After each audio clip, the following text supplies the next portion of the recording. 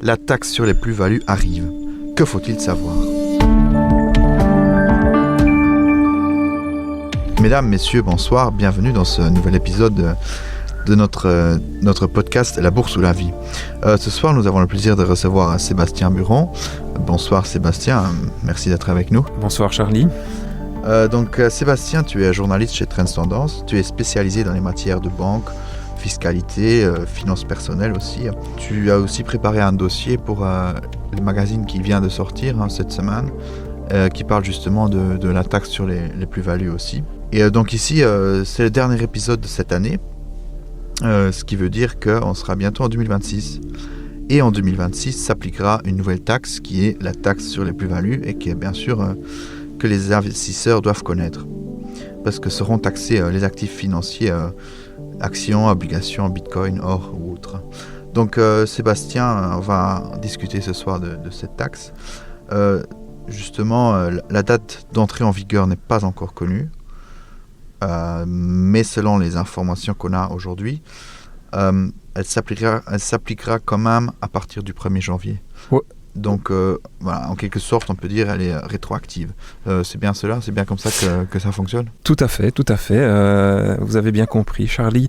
C'est d'ailleurs un peu l'objectif de l'article qui sort cette semaine dans Trends Tendance, de réexpliquer en quoi consistait cette taxe sur les plus-values et d'attirer l'attention du lecteur sur quelques points qu'il fallait absolument comprendre, et notamment l'entrée en vigueur de la taxe. Parce que là, il y a eu beaucoup d'hésitation, de flou, de marche arrière.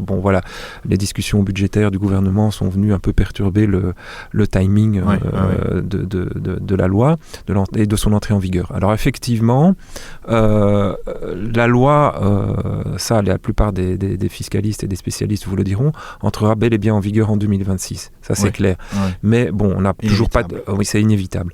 Mais la subtilité est la suivante, c'est que les textes définitifs ne seront pas votés à temps à la Chambre avant la fin de l'année, avant le 31 décembre 2025, et que donc, en fait, le gouvernement et le législateur a fait preuve d'ingéniosité juridique pour que la loi produise malgré tout ses effets à partir du 1er janvier 2026. Donc, quoi qu'il arrive, les plus-values seront redevables à partir du 1er janvier 2026. La loi portera ses effets dès l'année prochaine, dès le premier jour de l'année prochaine. Ça, c'est inévitable, vous n'y couperez pas. Oui, parce qu'elle porte un peu sur l'exercice fiscal 2026. Enfin, l'année fiscale, 2026. Ce qui veut dire que même si on décide la loi plus tard, on dit, c'est quand même pour toute l'année. Donc il y aura, si vous voulez, la loi, elle va peut-être être publiée, promulguée le 1er février, le 15 mars, le fin avril, on n'en sait trop rien. Mais quoi qu'il arrive, comme je vous l'ai dit, elle aura une certaine forme de rétroactivité, même si c'est une rétroactivité qui ne dit pas son nom. Enfin, on ne peut pas parler de véritable rétroactivité, mais elle produira ses effets à partir du 1er janvier 2026. Ça veut dire que toutes les plus-values seront taxées à partir de cette date-là. Alors, pour pouvoir arriver à ce résultat, je l'ai dit, le gouvernement a dû faire preuve d'ingéniosité. Il a prévu une sorte de régime transitoire qui fait que entre le 1er janvier 2026 et cette date de publication de la loi, il y aura une période un peu floue comme ça, où pendant laquelle le contribuable pourra dire aux banques « je veux que vous taxiez, entre guillemets, mes plus-values ». Et donc, les banques pourront prélever une sorte de précompte mobilier forfaitaire. Donc ça, c'est un peu la période transitoire qui arrive, qui est floue, comme tu l'expliques bien. Mais en quoi ça consiste ? Donc, on va dire, moi, investisseur, je vais dire à ma banque, voici sur les ventes que je fais, où il y a effectivement une plus-value, vous pouvez retenir les 10% qui seront dus. Ou à l'inverse, il y a aussi le système d'opt-out. Ici, donc, c'est le système d'opt-in. Il y a aussi le système d'opt-out où ce n'est pas la banque qui va retenir les taxes, mais le citoyen de le faire dans déclaration d'impôt. Effectivement, donc le dispositif qui a été prévu de manière générale pour cette nouvelle taxe sur les plus-values prévoit deux mécanismes de prélèvement, entre guillemets, de taxation. Il y a, comme vous l'avez dit, l'opt-in. Dans ce cas-là, c'est la banque qui prélève. Et le contribuable, entre guillemets, n'a rien à faire. Et puis, l'autre système, c'est l'opt-out. Là, il appartient au contribuable de déclarer lui-même ses plus-values dans sa déclaration fiscale, ce qui demande un peu de travail, de tracasserie administrative et surtout aussi d'une perte d'anonymat, puisque on sort du bois, on communique au fisc son portefeuille et les titres sur lesquels on a fait une plus-value. Donc ça, ce sont les deux systèmes qui existent, opt-in et opt-out. Alors, comme je l'ai dit, ça c'est un peu compliqué en début d'année, parce que on ne peut pas, la loi interdit aux banques de prélever un précompte de manière rétroactive. Oui. Donc ce qu'elles vont faire, c'est que elles vont le prélever de manière forfaitaire. Donc le client, je dirais par défaut, va se retrouver dans un système d'opt-out sur le premier semestre jusqu'au 1er juillet 2026, mais il va pouvoir choisir le système d'opt-in pour la période entre le 1er janvier 2006 et la date d'entrée en vigueur de la loi. Là, il pourra demander à sa banque qu'elle prélève une sorte de précompte mobilier forfaitaire. Voilà en quoi consiste cette période transitoire. Ouais, donc c'est un peu tout un chacun de se dire qu'est-ce qui est le plus simple pour lui, quoi. Tout à fait, mais le plus simple en réalité, c'est quand même l'opt-in, puisque là, c'est la banque qui va prélever pour vous. Vous n'aurez pas à vous tracasser de savoir où vous avez fait des plus-values et sur quel titre et combien. C'est elle qui va tout calculer. Mais revenons aussi un peu quand même au fondement de cette taxe. On rappelle que donc elle est de 10% sur les plus-values qui sont réalisées sur la vente d'actifs financiers, comme on l'a dit, donc actions, or, crypto-monnaies, obligations, etc.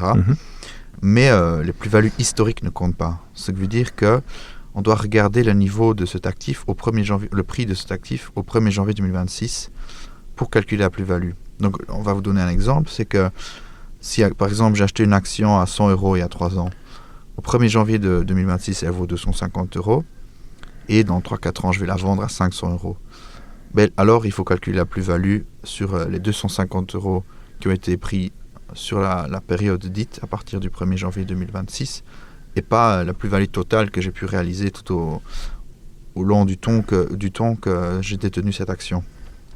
Tout à fait. Et donc là elle est de 10% et donc 25 €. Mais important à savoir aussi, c'est qu'il y a une exonération qui est de 10 000 € par an. C'est déjà assez beaucoup.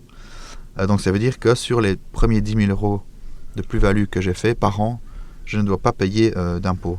Donc on va dire, si je fais par exemple une plus-value de 11 000 € par an, je ne devrais au final payer que 100 € de taxes. Oui, tout à fait, puisque votre plus-value, ce sera la différence et que vaudra entre la différence entre la plus-value, là, dans votre exemple 11 000 € et l'exonération 10 000 €, donc soit une différence de 1 000 € sur lequel vous allez payer 10% de taxes, c'est-à-dire 100 €. Donc l'avantage fiscal, en fait, pour le dire autrement, donc on a une exonération de 10 000 €, mais une taxation de 10%, donc l'avantage fiscal, en gros, il revient à 1 000 € maximum. Voilà. Ça résume un petit peu le mécanisme qui a été mis en place au niveau des exonérations. Donc c'est déjà un budget important, on peut dire, pour des petits investisseurs. Oui.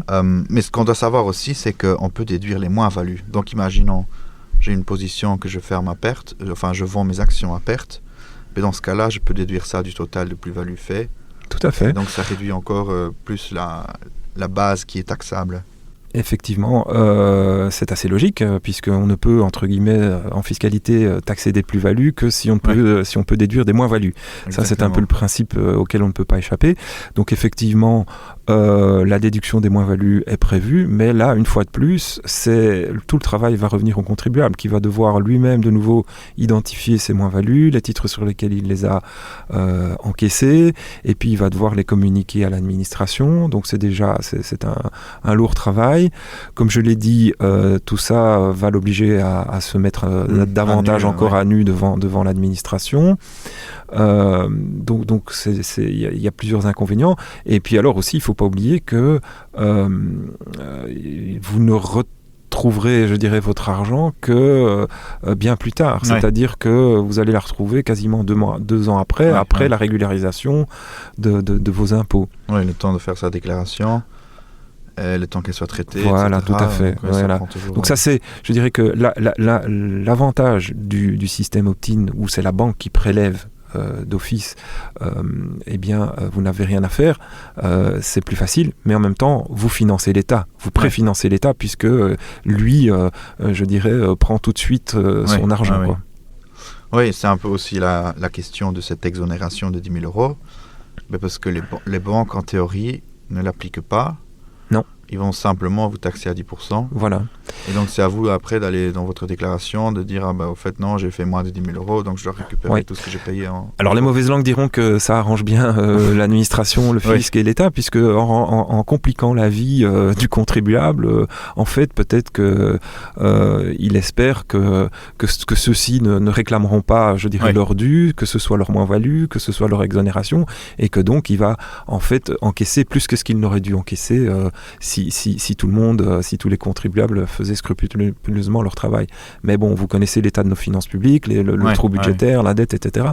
La taxe, pour elle, le gouvernement a prévu un rendement de 500 millions d'euros en rythme de croisière. Donc voilà, il faut y aller. Et donc peut-être qu'il a mis de manière, je dirais, en catimini comme ça, tous ces obstacles et pour arriver justement à ce rendement de 500 millions d'euros par an. Pour un peu profiter de la flemme du contribuable. La flemme du contribuable, tout à fait.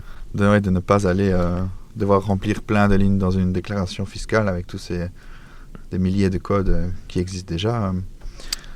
Donc voilà, mais peut-être pour résumer, on pourrait dire que donc ici, fin d'année, les investisseurs doivent peut-être s'attendre à un petit email de leur banque ou de leur plateforme de trading qui leur explique, voilà, donc ici, l'année prochaine, la taxe sur les plus-values arrive, on n'en sait pas encore plus, mais voici les différents systèmes qui existent, opt-in, opt-out. Assurément, je pense que dans toute cette complexité, faire attention à ce que les banques vont communiquer, à ce qu'elles vont vous transmettre comme documents, à remplir, à pas remplir, tout ce qui va être de nature à vous informer en provenance de votre banque, je pense qu'il faut vraiment y faire attention, et voilà, et puis décider en connaissance de cause, parce que même si elles ont dit qu'elles auraient du mal à implémenter à adapter tout leur système informatique pour traiter ce dispositif de taxation des plus-values, bon voilà, les banques sont des entreprises performantes et équipées et donc elles arriveront normalement à vous aiguiller comme il le faut, donc effectivement restez attentifs à ce qu'elles vont vous communiquer. Dans tous les cas, si vous n'avez pas de réponse, on peut aussi vous conseiller de déjà les contacter préalablement peut-être pour un peu vous renseigner sur tout ce qui est prévu. Et puis de continuer à lire Trends Tendance, sans doute aussi. Évidemment, bien sûr, pour rester up to date. C'est l'actualité qui change beaucoup et vite. Donc voilà, c'est la fin de cet épisode. J'espère que vous retiendrez tout ce qu'il faut savoir sur la taxe sur la plus-value qui va arriver. Donc c'est aussi pour nous l'occasion de vous souhaiter une bonne année 2026, de joyeuses fêtes encore d'ici avant la fin de l'année. Et comme on dit en chinois, Gongzi Fatsai, qui veut dire une bonne année heureuse et que vous soyez prospères. Merci Charlie. Merci à vous Sébastien et à bientôt.